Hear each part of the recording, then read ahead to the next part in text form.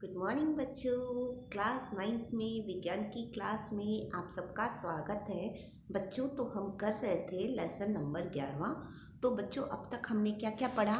तो बच्चों अब तक हमने पढ़ा है कौन सा, गतिज ऊर्जा के बारे में, स्थित ऊर्जा के बारे में, ये सब ऊर्जाओं के बारे में हमने पढ़ लिया। तो आज मैं आपको बहुत ही इंटरेस्टिंग टॉपिक पढ़ाने जा रही हूँ और वो टॉपिक है शक्ति। और शक्ति क्या है, उसका सूत्र क्या है, उसके बारे में आज पढ़ेंगे। बहुत सारे गणनात्मक सवाल भी करेंगे। तो बच्चों आपको बहुत मज़ा आएगा। आपको पूछा जाता है कि शक्ति का मतलब क्या है, तो आप कहोगे शक्ति का मतलब देखो पावर, ठीक है, जिसे पी के द्वारा होता है, किया जाता है, दर्शाया जाता है। तो कार्य करने की दर या ऊर्जा रूपांतरण करने की दर को हम क्या कहते हैं? शक्ति, यानी पी। दिख रहा है? तो कार्य करने की दर यानी कितना कार्य हुआ, कार्य करने की दर या कितनी ऊर्जा रूपांतरित हुई, तो P is equal to W/T, जहाँ पर P मतलब शक्ति, W का मतलब होता है कार्य और T का मतलब होता है समय। अब आपको कहा जाए, और देखो मैंने आपको बताया था अभी अभी, पावर का जो यूनिट है उसको हम कहते हैं वॉट, और कार्य का यूनिट है जूल, समय का यूनिट है सेकंड। ठीक है, तो आपको कहा जाता है कि 1 वॉट शक्ति को परिभाषित कीजिए। तो आप कहोगे कि 1 वॉट उस एजेंट की शक्ति है जो 1 सेकंड में अगर 1 जूल कार्य करता है तो कितना वॉट माना जाएगा? 1 वॉट। दूसरे शब्दों में, यदि ऊर्जा के उपयोग की दर 1 जूल पर सेकंड यानी 1 सेकंड में 1 जूल कार्य होता है तो कितनी शक्ति पैदा होगी? 1 वॉट शक्ति होगी। ठीक है, तो 1 watt is equal to 1 joule upon 1 second. ठीक है, तो ऐसे आपको, अगर उसको आपको कहा जाता है, अगर इसके गणनात्मक सवाल, ये तो मैं आपको इधर से दिखा रही हूँ, एक बहुत ही अच्छा इंटरेस्टिंग वाला मैं आपको हल करके बताऊंगी कि एक लैंप 1000 जूल, जिसका कार्य कितना है? 1000 जूल विद्युत ऊर्जा 10 में व्यय करता है। 10 का मतलब होता है 10 सेकंड में खर्च करता है, तो कितनी शक्ति होगी? अब मैंने आपको बताया था शक्ति का सूत्र, शक्ति इज इक्वल टू W/T। ठीक है, W का मतलब खर्च की गई ऊर्जा। ठीक है, तो कितनी खर्च हुई थी? 1000 जूल। कितने सेकंड में? 10 सेकंड में। तो 1000 बटे 10 तो कितना हुआ? 100 जूल पर सेकंड, यानी कितना वॉट हुआ? 100 वॉट। तो चलो बच्चों, मैं और भी ऐसे आपको सवाल सिखा रही हूँ, बहुत मज़ा आएगा। बच्चों अभी सिंपल सा उदाहरण देख लीजिए। 40 वॉट की एक ट्यूबलाइट 5 घंटे जलती है।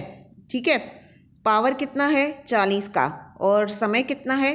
5 घंटे चलती है। तो एक दिन में कितनी यूनिट ऊर्जा खर्च हुई? अब आप जानते हो, अब हम इस लिखेंगे आंसर। देखो, P is equal to W/T। ठीक है, तो मुझे यहाँ पर कितना पावर दिया हुआ है? 40 वॉट पर कितनी ट्यूबलाइट हैं? 5। ठीक है, तो गुणा 5 लिखेंगे। ऐसे ही, सॉरी, 40 वॉट की एक की ट्यूबलाइट है और समय कितना है? 5 घंटे। आया समझ में? और एक दिन में कितनी यूनिट ऊर्जा खर्च हुई? तो या देखो, मेरे घर कुत्ते का बहुत आवाज़ आ रहा है। तो P नहीं, हमें कार्य ऊर्जा निकालनी है, तो W is equal to P गुणा T। P की कीमत कितनी है? 40 गुणा कितने घंटे जल रही है? 5, तो कितना निकलेगा? 200। परंतु ये जो निकला, मुझे अभी इसको किस में कन्वर्ट करना है? किलोवाट आवर यानी यूनिट में। तो इसलिए मुझे इसको किससे डिवाइड करना पड़ेगा? 1000 से। तो कितना आया? 0.2 यूनिट। देखो बच्चों कितना कम आया, दिख रहा है आपको? है ना? 40 वॉट है, एक ही ट्यूबलाइट है। ठीक है, और कितने घंटे जल रही है? 5 घंटे। पावर कितना है? 40। समय कितना है? 5 घंटे। तो 4 पंजे 20, 20 और 0 यानी 200। उसको डिवाइड करो 1000 से, तो कितना यूनिट निकला? 0.2 यूनिट। ये हो गया एक दिन का। तो ऐसे ही एग्ज़ाम में आपको बच्चों 10 दिन का, 20 दिन का, या जनवरी महीने का, तो आपको ऐसे करके बताना होता है, ठीक है। जनवरी महीना, तो जनवरी में कितने दिन होते हैं? 31, तो फिर आप इसको 31 से गुणा करेंगे। चलो अभी एक और प्रॉब्लम देख लेते हैं, ठीक है। तो 40 वॉट की कितनी ट्यूबलाइट है? 5। पहले कितनी थी ट्यूबलाइट? खाली 1। अभी कितनी ट्यूबलाइट है? 5। 10 घंटे चल रही हैं। पहले कितने घंटे चल रही थी? 5। और 120 वॉट का 5 पंखे 10 घंटे चलते हैं, तो सितंबर महीने में कितनी यूनिट ऊर्जा खर्च होगी? कोई चीज़, भले 5 चीज़ दी गई हो, शांति से करने का, ठीक है। अभी देखो कैसे करते हैं हम। देखो एक तरफ क्या लिखेंगे, किसका खर्चा लिखेंगे? ट्यूबलाइट का। और एक तरफ किसका खर्चा लिखेंगे? पंखे का, ठीक है। तो P is equal to W/T। P की कीमत मुझे बच्चों कितनी है? 40।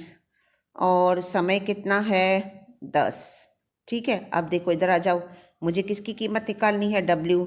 तो W is equal to P गुणा T। आया? तो P की कीमत कितनी है? 40।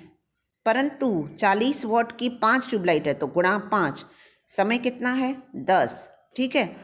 परंतु ये कितने दिन का है? मुझे सितंबर महीना, तो सितंबर में बच्चों कितने दिन होते हैं?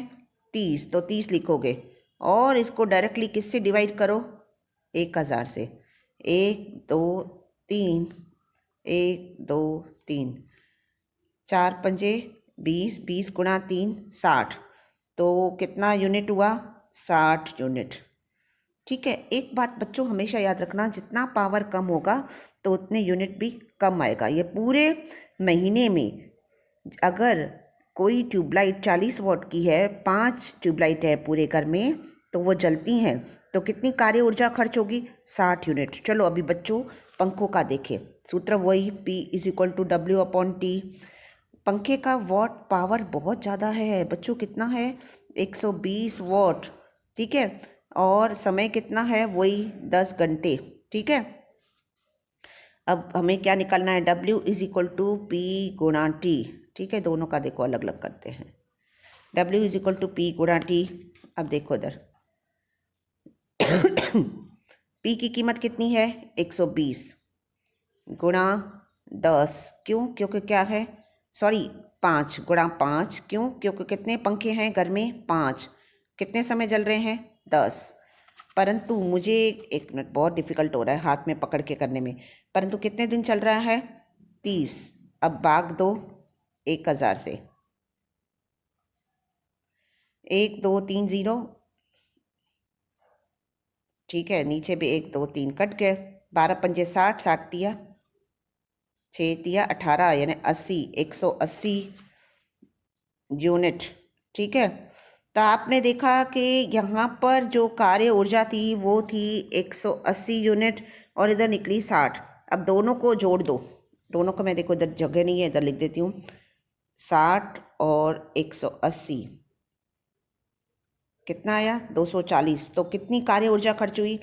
240 यूनिट, है ना। टोटल हो गया 240। आया समझ में? तो टोटल कितनी है? पूरे सितंबर महीने में 240 यूनिट कार्य ऊर्जा खर्च हुई। और अगर कोई आपको कहता है तो वो लाइट का बिल कितना आएगा, तो 1 यूनिट का खर्चा लगभग समझो डिपेंड करता है, 5 रुपया भी होता है, 6 रुपया भी होता है, 7 रुपया, तो उसको उससे गुणा कर देना। तो मैं बच्चों उम्मीद करती हूँ कि आज मैंने जो आपको समझाया है वो आपको अच्छी तरह से समझ में आ गया होगा। Bye bye, take care.